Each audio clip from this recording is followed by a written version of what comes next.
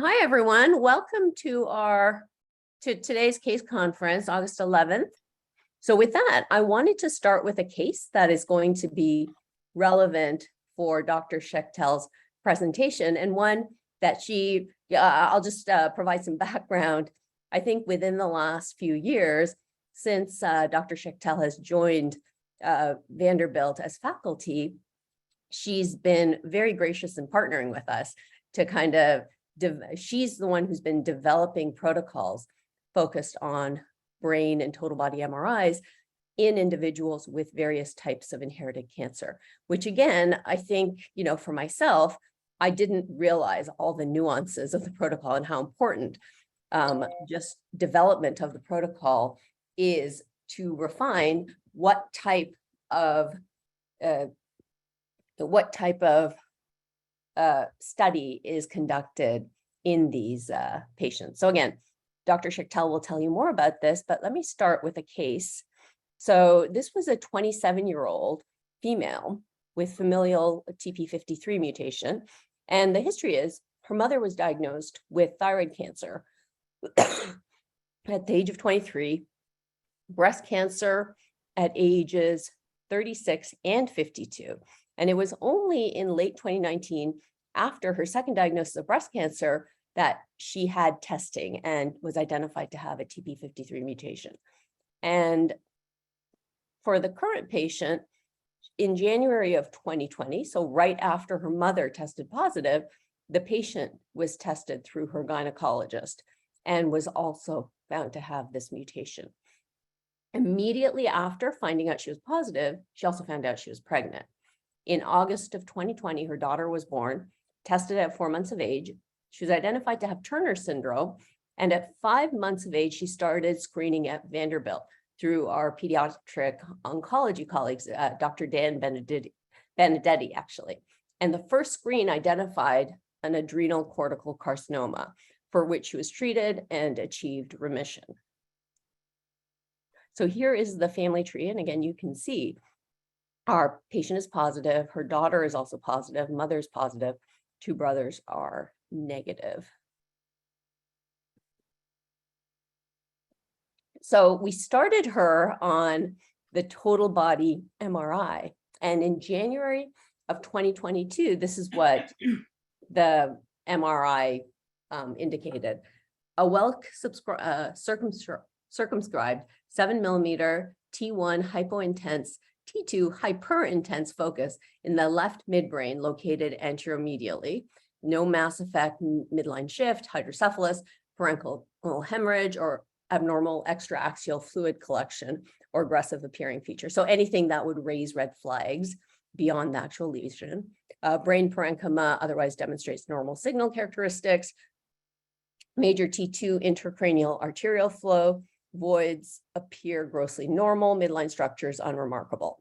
What we also did was there had been an MRI that was done externally that was collected. And again, there's a lot of, it's not always smooth trying to get outside films to us, but we were able to do that. And our radiology team compared the old films with the new ones, and the recommendation was to follow with an annual brain MRI. So no intervention at the time. So in terms of her medical management, she has already had a colonoscopy. 2 polyps were identified. So she'll have colonoscopies every 2 to 5 years. Really, the consideration is to do it in about 2 years. She's also planning to get pregnant soon. But she is worried because she wants to get the screening. She'd miss a screening once she gets pregnant. So she's going to get her screening early. So we've already ordered it again. And it hasn't yet been a year since her last screen. And she has been referred to her high-risk breast clinic for ongoing care. So with that, I wanted to hand off to our guest expert today, Dr. Joanna Shechtel, who's an assistant professor of clinical radiology in the musculoskeletal radiology section at at Vanderbilt University Medical Center. She earned her MD from Georgetown, residency at University of Tennessee, fellowship at Vanderbilt, and then in 2021 joined the VUMC faculty.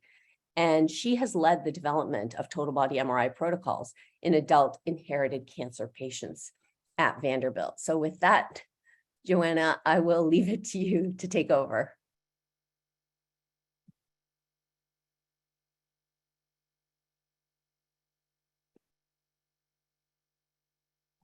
Sorry, when I had remote control of the screen, it wouldn't let me unmute myself. But hi, I'm Joanna. I'm one of the radiologists, and thank you for that nice introduction. So now I'm going to take control of the screen. Before I start, just a very quick point about that case you just shared. I will say that when a patient is pregnant, we can still do the whole body MRI screening because it's done here at Vanderbilt without contrast. So there's no known risk to a fetus during a non-contrasted MRI. We try to keep them under 30 minutes, but we could potentially do the longer whole body MRI screening for that patient while she's pregnant. We just try not to do it in the 5 to 10 week period of the first trimester. There's a very, very slight increased risk of potential fetal blindness and vision abnormalities, but outside of that 5 to 10 week period, she could potentially undergo an MRI safely. So just a little sidebar. But anyway, I'm going to start my presentation. So this is on screening just for Li-Fraumeni for whole body MR. And so we're going to stick to Li-Fraumeni today. And I have no disclosures. So the objectives for today are going to be discuss the utilization of whole body MR screening for patients with Li-Fraumeni, to understand the whole body MR protocol and the sequences that are performed, and to recognize the exam limitations in radiology. So to start out with Li-Fraumeni, these patients are very radiation sensitive, as you know, so we prioritize using MRI and ultrasound over CT and X-ray. And we also try to decrease the MRI contrast utilization in these patients so that we try not to have them year after year after year get gadolinium because of the new data that's coming out for gadolinium deposition disease. 41 of these patients will have a tumor in childhood by the time they're 18. And then the mean age of tumor onset for Li-Fraumeni patients is 25. One of the classic diagnostic criteria would include developing a sarcoma by the age of 45. So sarcomas are of one of the primary concerns in these patients, which is how the musculoskeletal team, such as myself, started getting involved in the screening for these patients. So the data with whole body MRI is kind of all over the place right now, but there has been studies that showed an increase in 3-year survival anywhere between 21% to 100%. So for the associated tumors, soft tissue and bone sarcomas and other bone malignancies are big, and these are very easily picked up on MRI. This is an example of a soft tissue sarcoma, and there are all different types of sarcomas that these patients get, and the whole body MRI screening protocol will be adequate to pick up on these. Brain tumors are also fairly common. 13% of Li-Fraumeni patients will end up with a brain tumor at some point. Gliomas and choroid plexus carcinomas being the most common, and MRI is the best way to diagnose these.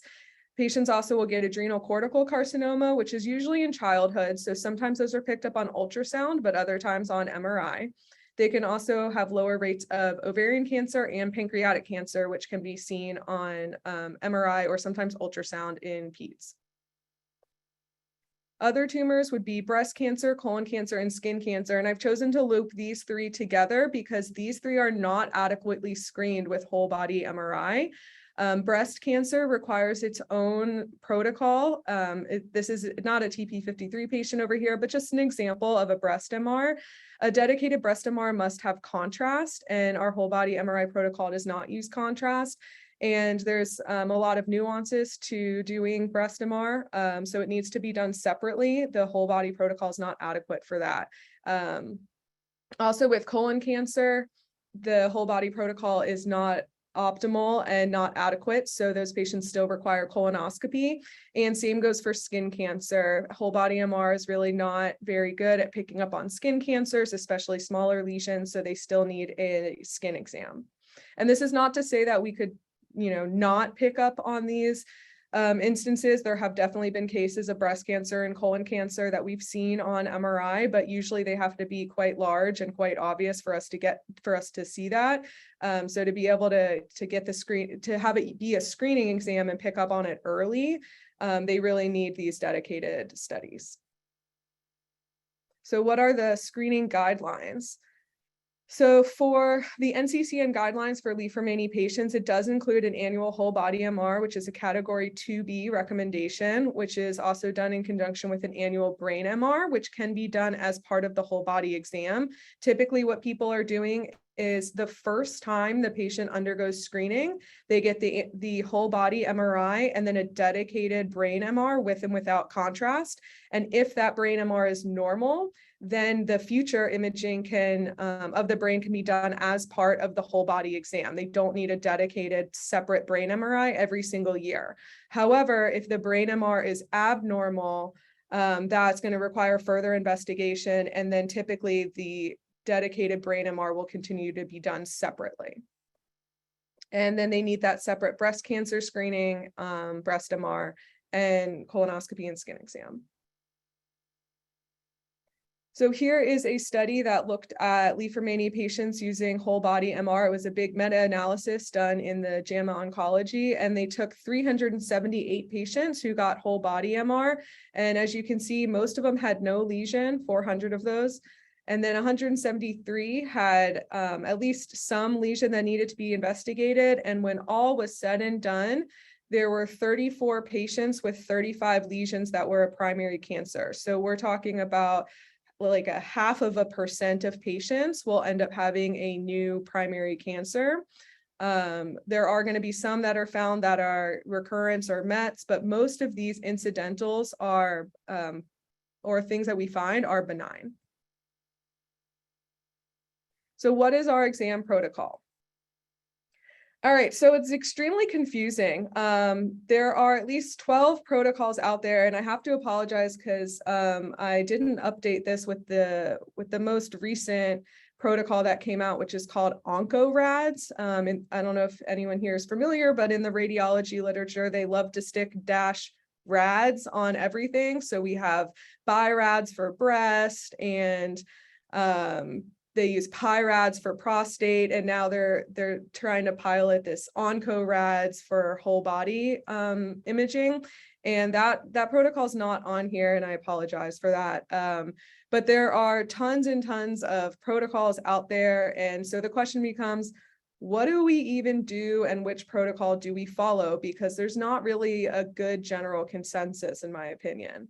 So if we, I need to go back. So what I did was I took all of those protocols that existed coming from big cancer centers and Toronto protocols and all of these things, and I made a little table and said, okay, what sequences is everyone doing? And when you get down to the nitty-gritty of these 12 different protocols, almost everyone is doing an axial diffusion and a coronal T1 in some sort of fluid sensitive sequence, whether it be a T2 weighted or a stir sequence. So the vast majority are doing that. The protocols who are not including a coronal T1 or T2 are doing it in the axial plane instead. Some locations have chosen to do both coronal and axial, but the vast majority are doing these big three that you see at the top. About a third of the protocols utilize contrast, and about a third of the protocols are doing dedicated spine imaging. That OncoRads that I mentioned to you, they claim that their protocol can be done in 50 minutes, which I find shocking because they do all three of these at the top, plus dedicated whole spine imaging, plus they add in a sequence for dedicated lung imaging, which none of these other protocols will do. And they use an axial T2. So they're doing about twice as many sequences as we do here, but they claim to do it in the same amount of time. So I'm suspicious.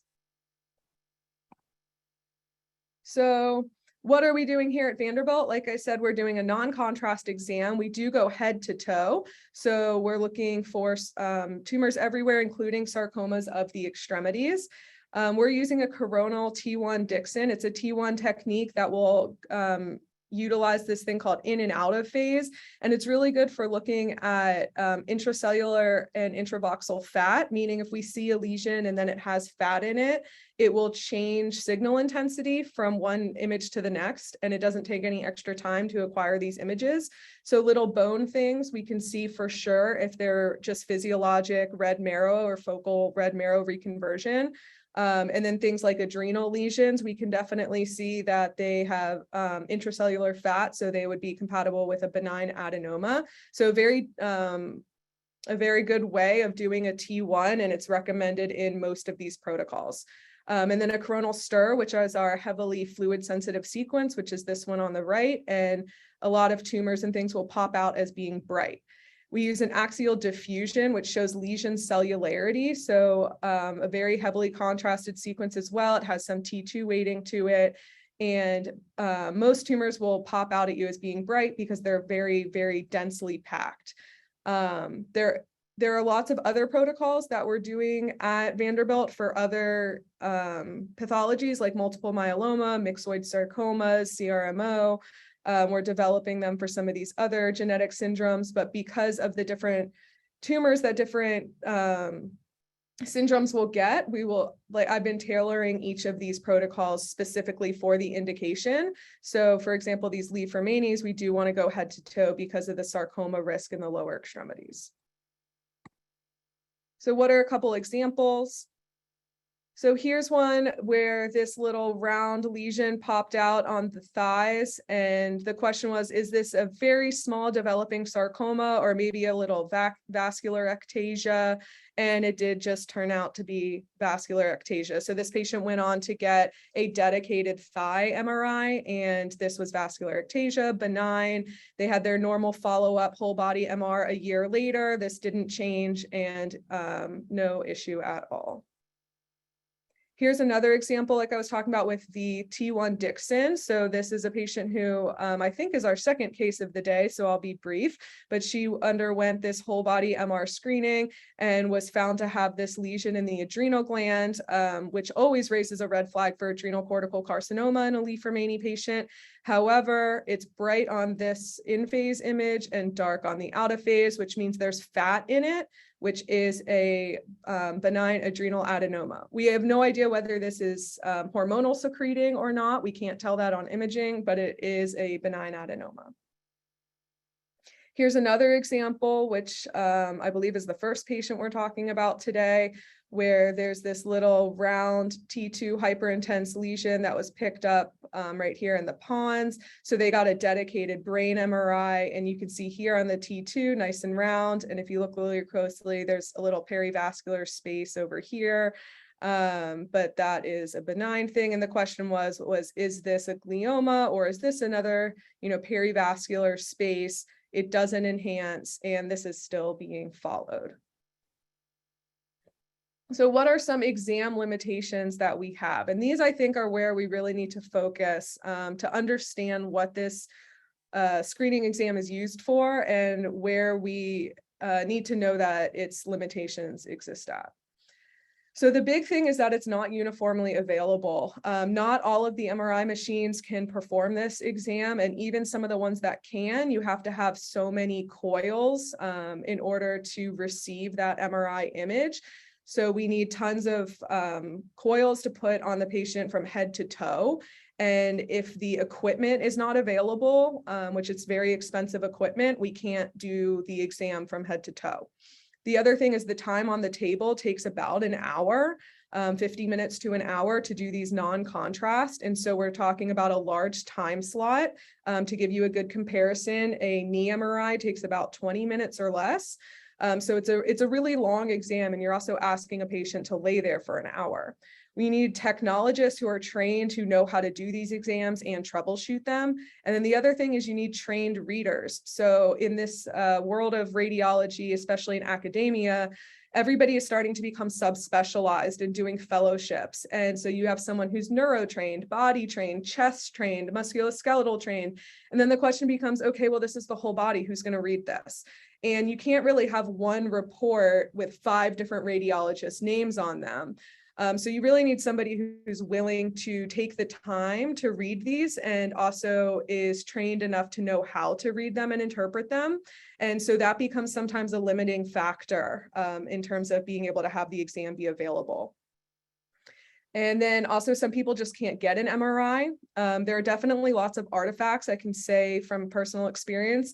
When we started doing this program, thank you to Dr. Paul for being very good with us and very patient, because we had some artifact issues with our MRI scanner, just getting everything set up, and you have to troubleshoot that with physicists and manufacturer device representatives, and it does take a lot of time. You can't just say, okay, we need to do this, let's throw the patient on the scanner and let's just run it, or let's just change it, because with artifacts, sometimes it's non-diagnostic. And so it really takes time to get everything set up, and it's a pretty arduous process. Patient body habitus can become an issue. Patients that are overweight or too big for the MRI scanner in terms of abdominal girth can't undergo this exam. Reimbursement I'll get into, that's a huge limitation. And then the other thing would be the screening utility has actually not been assessed in patients who just get these big panels of genetic predispositions, and they just kind of undergo this multi-panel gene testing, and it comes back positive, but they don't have a family history, and none of the data has really been assessed in those patients. So definitely there are for certain false positive and false negatives, and lots of these occur, and part of that is just the nature of a screening exam. We want to be sensitive, which is going to decrease our specificity. So we're going to have quite a bit of false positives in order to try to avoid having false negatives. We'd rather do extra testing in these patients than we would miss cancers. So there are going to be a lot of follow-up ultrasounds, contrast-enhanced MRIs, further studies, which does increase patient anxiety. And some studies have shown that this false positive rate may be as high as 30 to 43%. And when it comes down to it, the malignancy rate is very low. One study was quoting it at 3%. That other study I showed you earlier was about 0.5%. So we're talking about really low overall malignant ratings. Billing is one of the biggest issues for widespread adoption of this, in my opinion. There are huge coding and billing issues, which I'm sure from the clinician standpoint, you guys probably have these issues with the claims getting denied and patients can't get pre-authorized. And I'm not going to act as an expert on all of that. I just will tell you that from an MRI standpoint, how these are billed is under an unlisted CPT code, which is called Unlisted Magnetic Resonance Procedure for diagnostic or interventional purposes. There is no CPT code for whole body MRI. So here's what it looks like. The unlisted CPT code, this came straight out of the Medicare website. The code for that, the patient payment, $16 versus just throw it out there, an MR abdomen without contrast, $61. When you go to the cost of this unlisted MRI, they're quoting it at $82, whereas an abdomen MR is $306. So we're talking about a fraction of the amount of money as a normal non-contrast MRI, but it's for the entire body, head to toe. So some facilities have chosen to not do the exam because they lose money on these studies every single time that they're done. Other facilities have chosen to bill a head and a chest and an abdomen and a pelvis and the extremities all separately. But they're not technically diagnostic exams of each body part. So there are a little bit of issues with doing it that way. And in the literature, it's actually recommended to bill these as an unlisted MRI until there is a CPT code specifically for whole body MR. But this is a huge problem. So future directions where I see this going, standardizing protocols across sites, I think is going to be one of the biggest things. Like I showed you, there are so many protocols out there in the literature and they're all different. And the new one that came out, which again, I apologize for not including, the OncoRads, includes sequences that nobody else is doing, and also include sequences that the minority of other protocols have recommended. So I think we need to have a little bit more standardization and discussion about that. Applying the whole body MRI screening protocols for other genetic cancer syndromes, I think, is on the way and in development here at Vanderbilt. I think we're about to do our first patient with retinoblastoma in an adult. And also the pheochromocytoma and paraganglioma syndromes are starting to get whole body MR also, but they require a different protocol targeted to their personal cancer risks. And lastly, I'm definitely hopeful for a CPT code for these whole body MR patients. I think that'll help this become more widespread and more readily adopted. And that is it for me.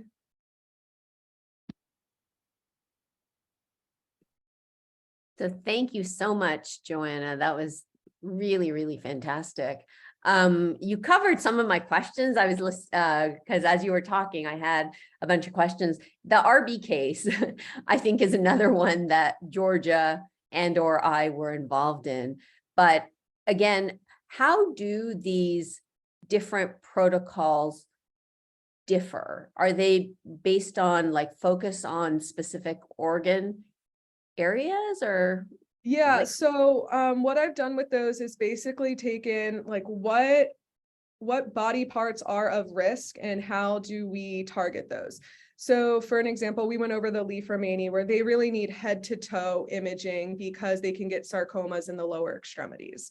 Versus a patient where we have this whole body MR protocol for multiple myeloma, we can stop at the mid thigh, because if there's no multiple myeloma in the axial skeleton or the appendicular skeleton, the chances of there being a, clinically silent, like non-painful myeloma lesion in an extremity when they don't have anything in the axial skeleton is really low. So you don't need to do the myeloma patients to the toe. You can stop at the thigh, but then we add dedicated spine imaging for those patients because we really want more detailed look at the spine. So when we do the retinoblastoma patient, we just had the discussion about this, we'll stick with the same protocol as we've been doing with the Li-Fraumeni in order to get that head to toe imaging. For a paraganglioma pheochromocytoma syndrome, we don't really need the lower extremities. We're more focused on the neck, the chest, the abdomen, and we really don't need the T1 imaging because they're not going to get sarcomas in the bone. Their big issue is these big lesions in the retroperitoneum and along the sympathetic chain. So heavy T2 weighted stuff is what we're looking at for those. So we might add an axial T2 fat sat to look for those light bulb bright paragangliomas hanging out. But we might get rid of the lower extremity imaging. We might get rid of the T1 and kind of do things that way. The other thing that we do is the whole body MR screening for myxoid tumors, and those are looking for metastases from like myxoid liposarcoma that are non-PET FDG avid, and those we do go head to toe and we do look at the spine, but we don't do diffusions because those tumors are not reliably diffusion restricting. So you kind of have to take everything in terms of how do these tumors act, how will they look on MRI, and which sequences are my most sensitive that I want to definitely have in this protocol. And we tailor everything specifically for that.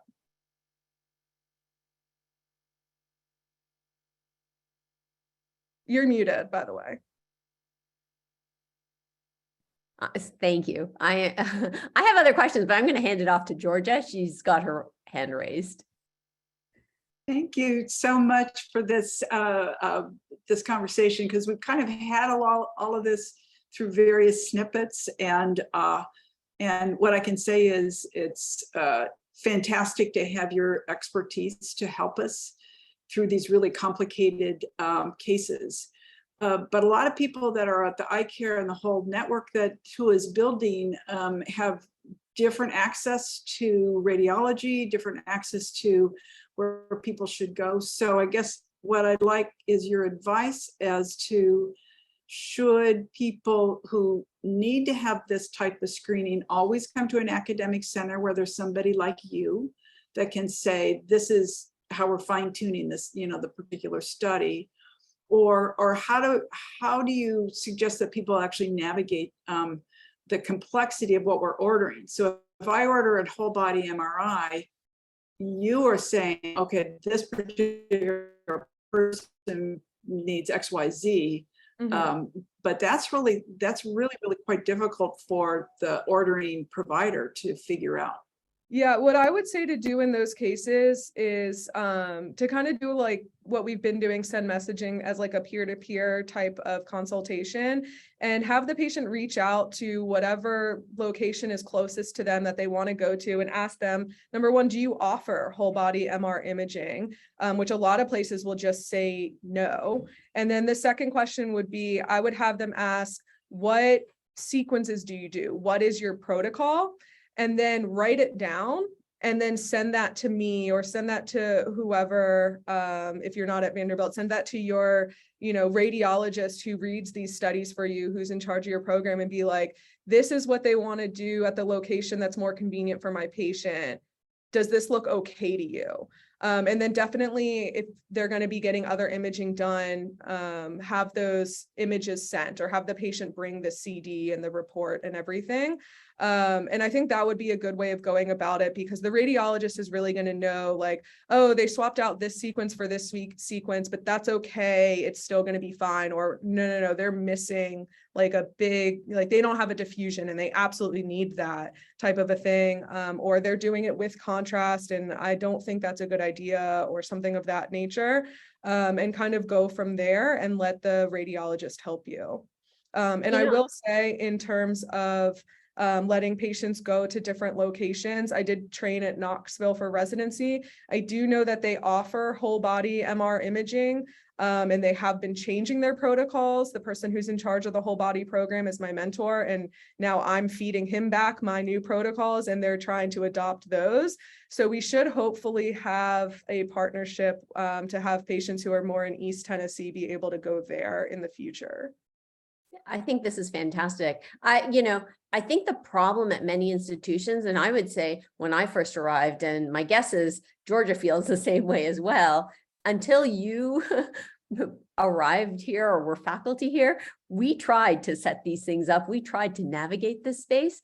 It's not easy, because if one radiologist doesn't take this and run with it and has the expertise, you don't really get anyone that you have to reach out to. So that's why, once you became our contact and you were vested in it, it's made all the difference in terms of how we can proceed with our patients. I mean, I see some challenges because I hadn't realized the policy level piece of that. I just didn't know how it was being built out. But what you're saying is, a lot of these are money losing. Mm-hmm.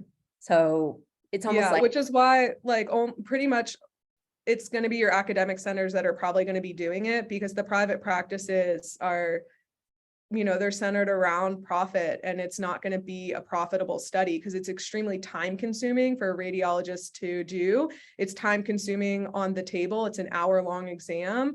It's tedious to get it set up. You have to have all the extra coils that a lot of places don't want to pay for in order for their MR units.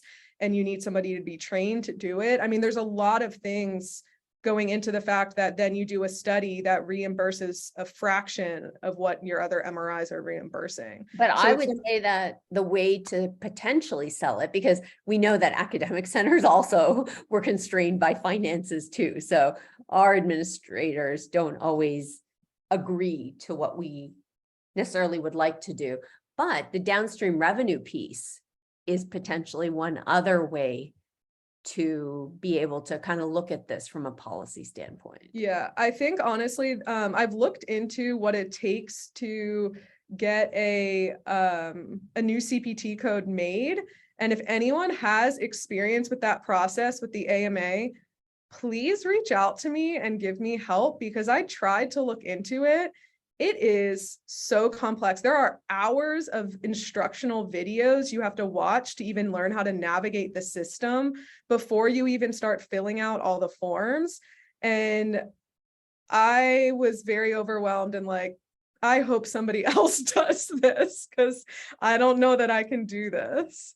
Let me look. There's a couple of I- people in the policy department that I can think of that I can, Okay. I'll reach out, and if I Okay. get any hits, I'll definitely. But you're absolutely right. It's in terms of changing and adding CPT codes or those types of codes, it's a very arduous process. And we have worked with our professional organizations to attack this, and it's a year-long set of work that needs to be done, years long.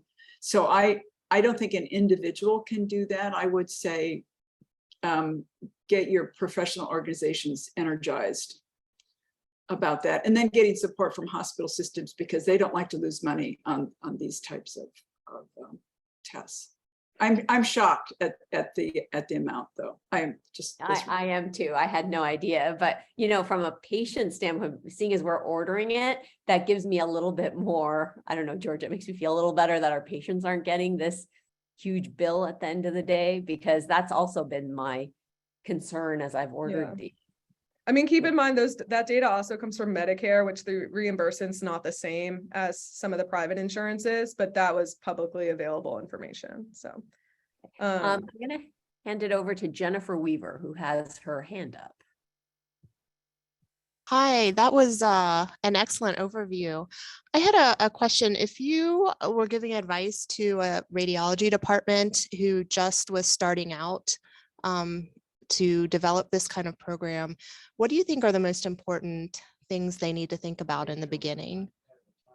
I think that's a great question. So what I would say is my big piece of advice is to pick one syndrome or one condition that you want to start with and optimize that on one scanner in one place, get one radiologist to kind of take control of it, and then go from there. I think if you try to start too big and just overall offer whole body MRI, it's a little bit too much to bite off in one in like one attempt. So either start with multiple myeloma, start with Li-Fraumeni, start with one syndrome that you're like, I'm going to optimize the protocol for this. And then make sure the technologist is trained and is comfortable with it, troubleshoot the artifacts, use that as a way to get any of your peers who are willing to read these studies comfortable with seeing them, with looking at them, with seeing the sequences, and then start branching out to other syndromes. Because I think it can be hard for radiologists sometimes to be like, well, last time I opened this, there were 60 sequences and I saw this and this and this, and this time there's 70 sequences and there's all these spine images that weren't there before. Why are they different? And sometimes it can be frustrating because there are just so many sequences. So definitely pick one thing, partner with, oncology, genetics, whoever is going to give you that patient base. I think we had done this perfectly where we kind of slow played it, one patient every couple of weeks, review the images, fix the artifacts, go back to square one and start with another patient, and then branch out from there. But I'm going to jump in here because I remember like our protocol right now is we will submit the order, but we will also CC Joanna on the emails or on our messages saying, hey, just a heads up, Li-Fraumeni syndrome patient ordered total body MRI. So I guess I can't emphasize the importance of a radiologist expert / champion who's willing to take ownership and responsibility for this. That's the part that I think is critical. I don't know, Georgia, what's your feeling on that? Well, before we've had this wonderful connection with Joanna, and this is just one, institution's experience. We had difficulty in making sure the patients understood what they needed to do. We had difficulty in having the exact order. It would take some time for the patients to even be scheduled appropriately. So there was a lot of back and forth with the provider ordering, i.e. to or me, where we might not even be answering the question correctly. And so we're very, very grateful to Joanna, to you, and just for everyone to know, to have that connection, because this is this person, what is the correct, set of circumstances and how to get that done. Literally now, I'm not worried. I know they'll get scheduled, and I know, I'll worry about the clinical implications, which is where my worry should be, and not on the how do I get this test done correctly. So I think that's really important. I see that Robin has her hand up. Yeah, and I'm just going to also add in, Georgia, like with Joanna, she's also explained to us how this all works, right? Like it was optimized on 2 MRIs at Vanderbilt initially. I don't know if that's still the case, but that also leads to less availability for MRI appointments. So on the back end, we already have this information from Joanna to then share with our patients that, hey, might be a bit of a wait. This is the reason for the wait. Or, if a patient comes to us and says, hey, can I just get MRI of various body parts at my local hospital? And I'll be like, well, no, and this is the reason why you may not want to do that. So I felt empowered with patients to be able to explain that here's what needs to be done, here's how it will get done, and here's why I would really prefer that you do it this way. I'm gonna hand it off to Robin, who has her hand up. Robin, you're on. Thank you. Can you hear me okay? Yes, we can. Great. Thank you, Joanna, for sharing your expertise with us. You do whole body MRI without contrast. Can you speak of the advantages and disadvantages of contrast, please? Sure. So the advantages of contrast would be that most tumors are contrast enhancing, especially most tumors that Li-Fraumeni patients will get, such as sarcomas and adrenal cortical carcinoma. They do enhance. And so if you are to do contrast enhanced images, it gives you an extra kind of tool in your toolbox when you're going through these studies to be a little bit more sensitive in picking up lesions and decrease your false negative read. And even if there is an enhancing lesion, because it's a whole body screening exam, they would still need to come back and get a dedicated MRI for that one body part, most likely. So that definitely has its advantage in that sense. The disadvantages would be, number one, it takes longer. A patient needs an IV. They need to make sure that it's a longer exam. They're going to be on the MRI scanner for a little bit longer. Sometimes patients are allergic to contrast. There is a contrast allergy rate and physiologic reaction rate that is real. So there is a risk of anaphylaxis from a contrast allergy. It's extremely low, but it does happen. So you run into sometimes issues with that where you don't really want to give contrast when it's not indicated. And then also there's an issue with the fact that these patients are already getting contrast for their breast MR. And when you give them contrast for their breast MR, and now you're going to give them contrast separately for the whole body MRI, that's 2 doses of contrast every single year. And the gadolinium contrast that we use for MRI, it's different than CT, which is iodine based. And the gadolinium from the MRI contrast does get cleared mostly from the body through the kidneys. So if a patient has normal renal function, that shouldn't be too much of a problem. But there is a lot of evidence over time that has showed that repeat contrast doses do end up with deposition in the brain and the bones and the skin. So there are MRIs of patients who, I think a lot of the data was done in multiple sclerosis patients who get MRIs every single year, usually with and without contrast. And now they're going away from contrast because of this, where the dentate nucleus and the globus pallidus in the brain are actually bright on a non-contrast T1 exam because so much gadolinium has been deposited there and just stays there over time that it looks like they already have been given some contrast, but they haven't. It's just deposited there. And then there's also some evidence where people had gotten skin biopsies and like some bone samples, and there's some low levels of gadolinium in some of those tissues as well. So right now, there's no evidence that that causes any harm, but we just don't know. It's just something that you don't really want to do unless you have to, and especially in an LFS patient who's going to be getting, these exams every year for their whole life. We don't want to cause more problems for them when we don't really know that they need that.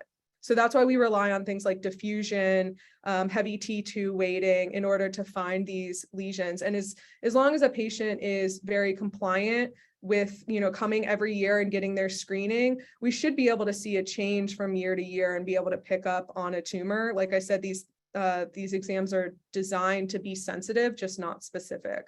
But those would be your kind of like risk benefit. Thank you. And then also, we've had cases before where referring clinicians, send their patients over and they're like, we want a whole body MR with contrast. And then the patient shows up for the exam and we change it to without contrast. And we're not trying to be rude. Like, I'm not trying to be mean and be like, you can't have what you want. But like we talked about with the protocols, everything has to be designed. And it has to be, each sequence has to have all of the parameters, and not to go physics heavy, but there's TR, TE, spin echo, like all these different things. And that the technologist has to put in, and we have to run and we have to test. We can't just decide, oh, we're just going to do contrast and just hit the same button. It doesn't work that way. And so if we don't have a protocol designed for that, we just can't do it. Our scanner doesn't have it. We'd have to make it up on the fly, and we can't guarantee that it would even work correctly and be diagnostic. So definitely being in, that collaboration that we've talked about to know what's being offered. Some places may say, yeah, we offer whole body MR, but then they don't offer it with contrast. And if you just can't have that if you want it to get done at that facility. Thank you. So we have a couple more questions. Amy George has her hand up. So Amy, do you? Yeah, I'm here. Can you hear me? Yes, we can. Hey, so I'm in Huntsville, Alabama, and I work for a private practice oncology that has their own imaging department. I've been here for about a decade, and they got a new MRI machine a couple of years ago that I believe has the correct coils for whole body MRI. And we have a couple Li-Fraumeni patients that I talked to the radiologist about doing whole body MRI. But I definitely was not in the know in terms of all the different protocols, and I missed the very beginning of the talk. So is that something that you're willing to share, or where do we get those resources so we can talk to the radiologists about these different protocols and what's being done other places, or like how do we get that information? Sure. So I'm definitely willing to share if you, we can put up my contact info, and I'm happy to be in collaboration with any radiologist who wants that information. I do know that this is not a plug for Philips by any means, but we use Philips here at Vanderbilt. And so I do know that they have the capability of sending protocols from one institution to the next. So we can actually like share the exam card, and they don't have to build anything from scratch. They can just have it. I also know that all of the vendors, Siemens, GE, Philips, come with a generic exam card for a whole body MRI. So they will at least have something to start from. Like the vendor will have these exam cards compiled, and they can say like, yeah, let's run a whole body MR. It's just they're going to need to run some test patients and kind of pick and choose what sequences they want and kind of make sure that everything looks okay. There's tons and tons of literature out there. Like I said, there's 13 different protocols right now that they can pick and choose what they want to run in terms of what sequences they want. And some of that is going to be kind of radiologist preference. So they may choose they want axial weighted or axial images instead of coronal, where we use coronal. I do coronal because it's faster. And I think that's what most people have been doing. It's just a faster thing based on slices. But yeah, it's going to be up to the radiologist, and there's tons of literature out there, and I'm happy to send stuff anyone's way. The place that is probably what's going to become the new standard is the OncoRads. It's ONCO-RADS. I'm not a huge fan, but that's at least somewhere to start. I think I won't get into it because it's supposed to be a consensus paper, but I have my issues with it. Okay. I'm just going to go on to the next person. We still have. Can I jump in just for a second? Oh, Yes. sorry. I just wanted to comment just on when we say protocols. So from a clinical standpoint, clinical protocols will say you need a whole body, and you'll need a head, and you'll need it every year. and your protocols are saying, how is that actually going to be done? Yeah. And right. A radiology protocol means you order a knee MRI, right? And it may be for sarcoma, it may be for infection, it may be for rheumatoid, it may be for an ACL tear. And the technologist will say, what protocol do you want? And based on the indication, I will tell them you need to run the sports protocol or the tumor protocol or the infection protocol. And that will carry a list of sequences that are tailored to diagnose that condition, because the sequences we need for an ACL tear are very different than the sequences we want for a tumor. And that's what we mean by radiology protocol. Right. Yeah, super helpful. Christy Radford has a question. Christy?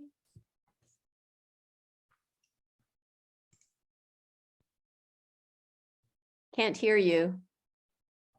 I think it's because, I'm on United. Am I there now? Yes, yes. All right, sorry. Fine. So yes, I always say so. You currently work for United Healthcare, and so I just wanted to tell you thank you tremendously for this talk. It was outstanding, and for also bringing up the CPT and the reimbursement issues, and then as well as talking about the protocols. My brain is spinning for all the different possibilities on how this can be addressed. I think you mentioned 30 to 40% of the cases are false positive. Can we infer that 30 to 40% need follow-up scans based on or follow-up testing, I should say, based on the full body MRI? So or I would say that our experience here at Vanderbilt is probably a little fewer than false positive for that, and not all of them have required dedicated follow-up imaging. So I can only speak to like us for that. Most of them for these false positives will require like a dedicated MRI. So like the example that I showed from the thigh, where I looked at it and I was like, it's probably a vascular lesion, but they have Li-Fraumeni, and if it's a small sarcoma, this is the whole point, right? I want to catch this early. Let's get a dedicated thigh MRI. And that's going to be what most of these false positives are, is just like a dedicated exam for that one body part that then you can say this is benign. But not all of them will be false positive in that regard, meaning like that one example I showed where the patient had an adrenal adenoma. We could see very clearly that on the in and out of phase, the lesion darkened, meaning it had fat, it was an adenoma. There is no follow-up imaging needed.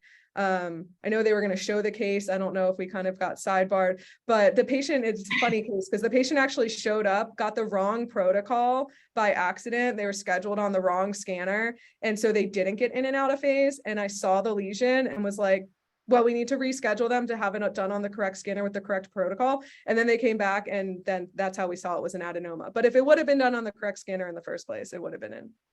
So my final question and reason for asking all that is, are you doing any economic modeling? So for example, like those follow-up tests and screens that are needed, are they covered, right? What is the patient's out of pocket for that, right? Because to your point earlier, commercial insurance and payers, they're all over the place, right? And yeah, and if you aren't, is that something you'd be interested in exploring, right? Because I know we've never met, but access, affordability are my buzzwords. And so anything I can, help explore, as far as coverage. So, I would suggest economic studies too on this if you haven't already been doing that.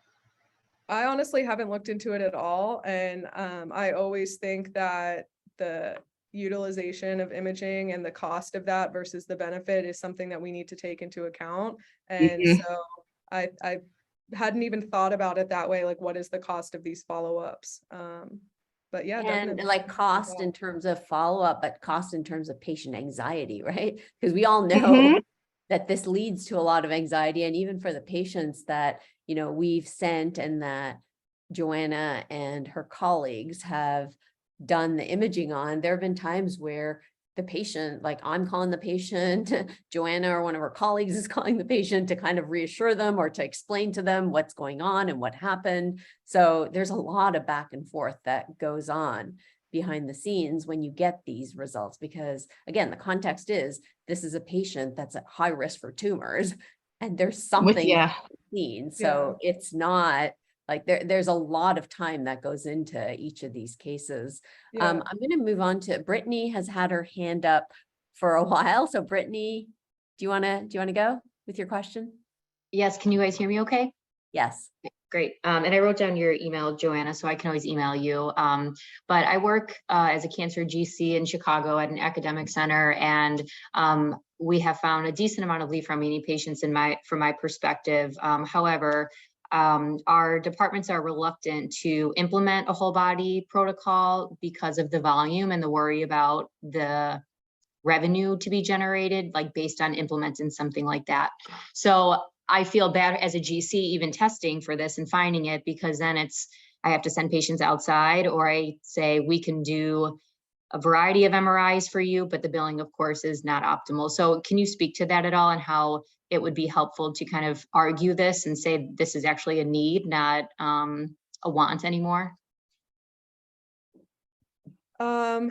I think you're putting me in a tough place to go and tell another radiology group to do something. I personally feel fortunate at Vanderbilt that I have a salary that is not RVU based.